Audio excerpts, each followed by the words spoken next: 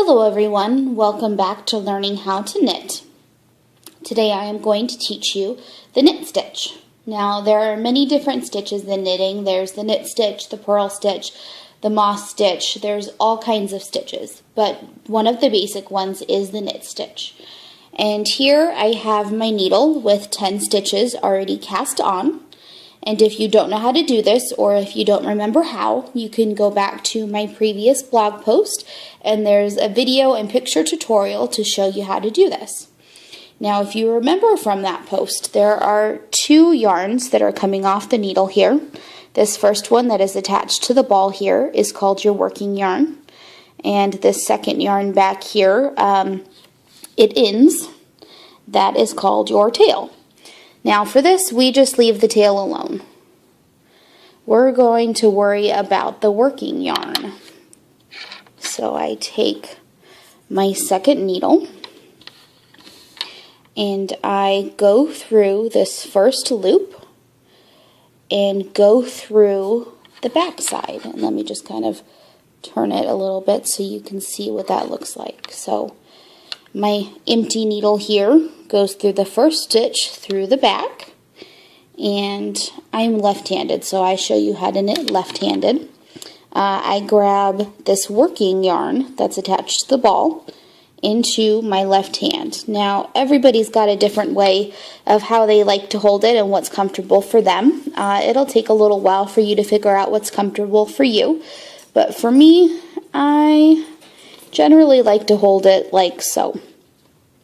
I take the yarn and I wrap it around the needle. And I take this needle that's in my right hand, and if you can kind of see, the yarn that I wrapped around is right in the middle there. Sorry if that's a little blurry. And I take that through the front and I pull it off, and I like to just kind of tug on that working yarn a little bit to make sure it's nice and snug. So I take my needle again and I go through the back side of this next stitch and I wrap it around clockwise, and I just kind of like to move the needle in my left hand a little bit, and you pull the needle in my right hand through, so it pulls that working yarn that I had wrapped around there through, and you just slip that one off. You go into the next one, wrap it around, pull it through,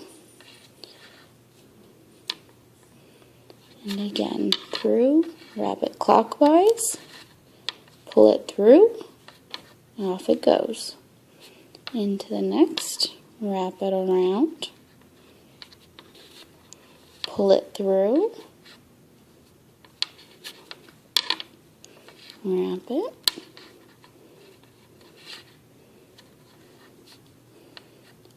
so now one thing, you want to make sure that it kind of goes, you don't want the stitches to stay on this more tapered part of your needle.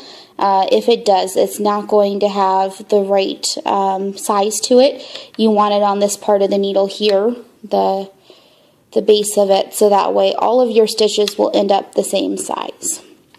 So we'll keep knitting these. Go through, wrap it around, pull it through, and off it goes.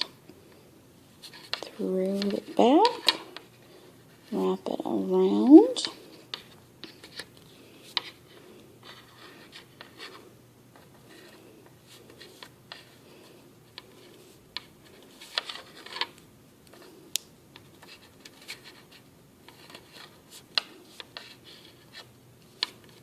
last stitch, wrap it around,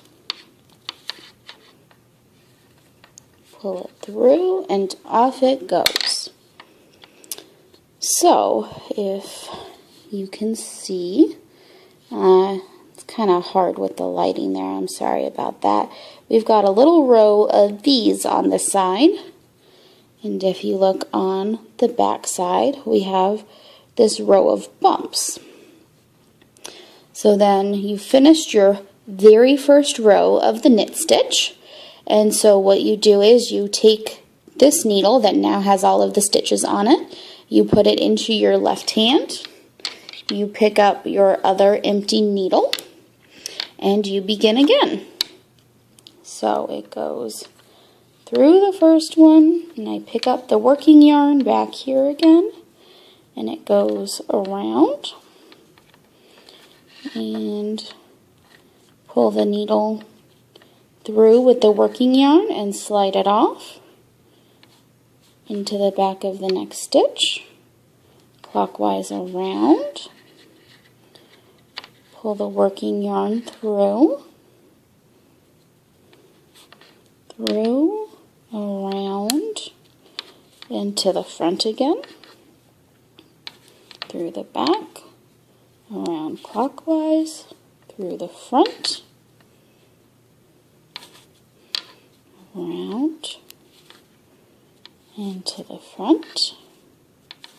And you'll just keep doing this for all of your stitches. And if your tail kind of gets tangled, you can just untangle it a bit. You don't want to get that caught up into your working yarn.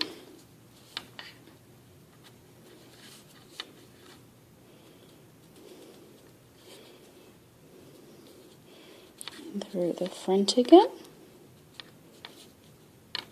around,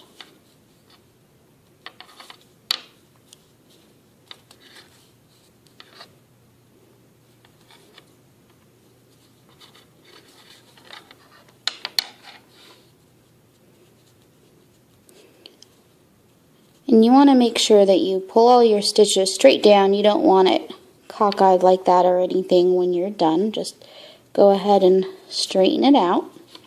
Now here we have the bumpy row that I had showed you previously, and there's little itty bitty V's right in front of that. And then on the other side, there's the next bumpy row.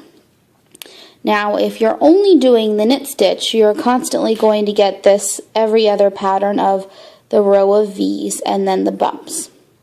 Now if you want it to look all V's on one side and all bumps on the other, then what you need to do is to alternate the knit and the purl stitch every other row.